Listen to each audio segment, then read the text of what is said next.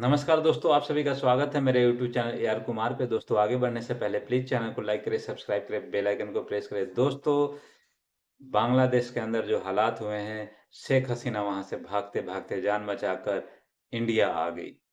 ऐसा क्या हुआ दोस्तों कि अचानक कुछ घंटे पहले पीएम शेख हसीना बांग्लादेश की प्राइम मिनिस्टर थी और अब वो एक्स प्राइम मिनिस्टर हो चुकी हैं। ऐसा क्या हुआ? जब ये आंदोलन इतना विकराल रूप लेते जा रहा था, तो वहाँ पे आंदोलन को बंद करने के लिए इंटरनेट सेवा बंद कर दी गई, सोशल मीडिया बंद कर दिया गया और पूरे देश में कर्फ्यू लगा दिया गया।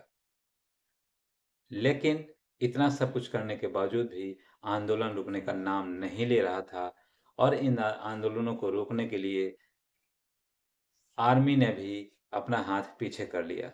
जब बांग्लादेश की पीएम शेख हसीना ने कहा कि आप कंट्रोल कीजिए सिचुएशन को, तो आर्मी ने भी हाथ पीछे कर लिया और उन्होंने कहा कि नहीं, हम आम लोगों के साथ हैं, हम पब्लिक के साथ हैं, हम और अब लोगों के ऊपर गोलियां नहीं चलने देंगे। आर्मी ने वहां पे आनन-फानन में हाई लेवल की मीटिंग करी और मीटिंग करने के बाद पीएम शेख हसीना को बुलाया गया और उन्होंने ये कहा कि आपके पास सिर्फ 45 मिनट है।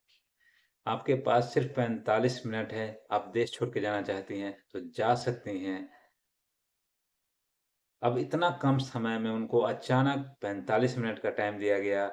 45 मिनट में आप क्या ही कर सकते हैं, आप खूब अंदाज़ा लगा सकते हैं कि एक प्राइम मिनिस्टर को अपने ही देश में जो 15 साल से शासन कर रही हैं अपने देश के अंदर, उनको टाइम दिया जा रहा है आर्मी के द्वारा कि आपको 45 मिनट का टाइम दिया जा रहा है देश छोड़ने के लिए।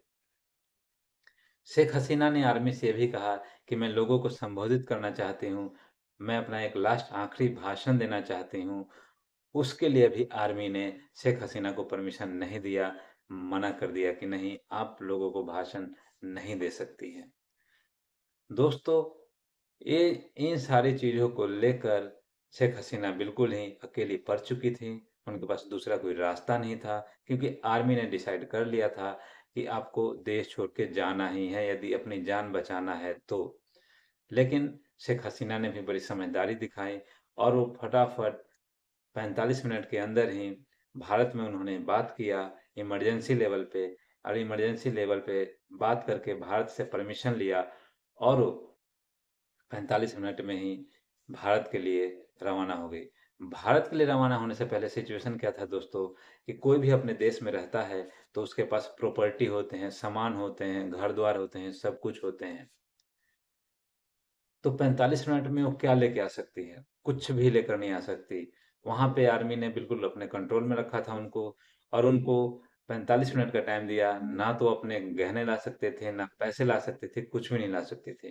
45 मिनट के अंदर कुछ अपना उनका जो भी ज़रूरतमंद जो सामानें थीं, उन चीज़ों को लेकर 3-4 जो सूटकेस थे, उनको लेकर आर्मी के जो हेलीकॉप्टर थे, बांग्लादेश के आर्मी के, उन्हीं हेलीकॉप्टर के द्वारा भारत के अगरतला पहुँचे और अगरतला से सीधा वो जो गाज़ियाबाद के हिंडन एयरबेस है, वहाँ पे पहुँची। तो दोस्तों, कुछ ही घंटे पहले बांग्लादेश की पीएम थी शेख हसीना और अब एक्स प्राइम मिनिस्टर हो चुकी है। 45 मिनट का समय दिया गया और जो बांग्लादेश का सिचुएशन है, यदि 45 मिनट में शायद शेख हसीना बांग्लादेश को नहीं छोड़ती, तो शायद उनका जान भी जा सकता था।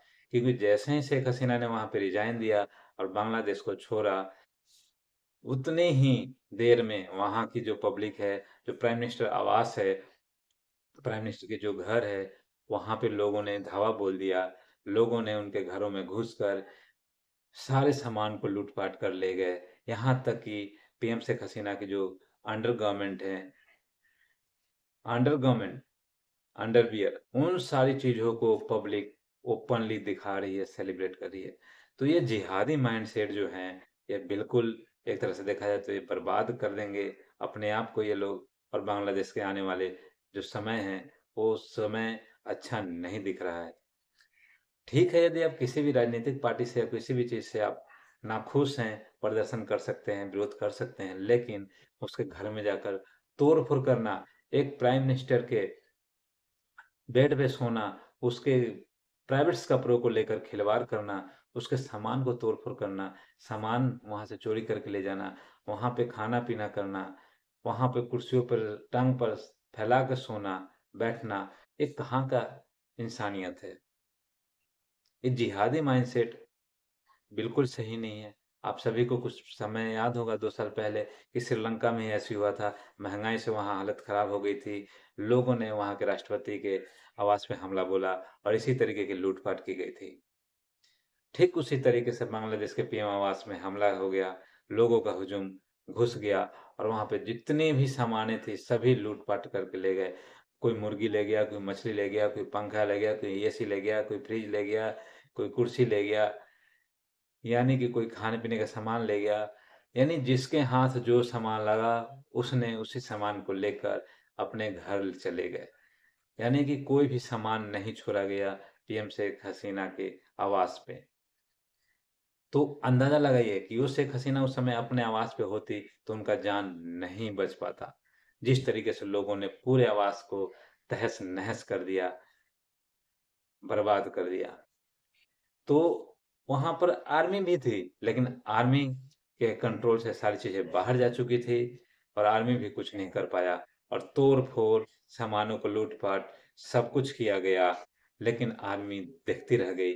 आर्मी एक मूक दर्शक बनकर देखता रहा और जो आम पब्लिक थी, वहाँ लूट-पाट करते रहे, सामानों को नुकसान पहुँचाता रहे, तोड़-फोड़ करते रहे, सारी चीज़ें उनके सामने होती रही, लेकिन आर्मी कुछ नहीं किया। तो शेख हसीना उस समय होती अपने घर में, तो उनका जान नहीं बचता। ये लोग वहीं पे उनको जान से मार देते। तो शेख हसीना ने बहुत ही समझदारी की काम की कि वो बांग्लादेश को छोड़कर इंडिया में आ गई जान बचाकर।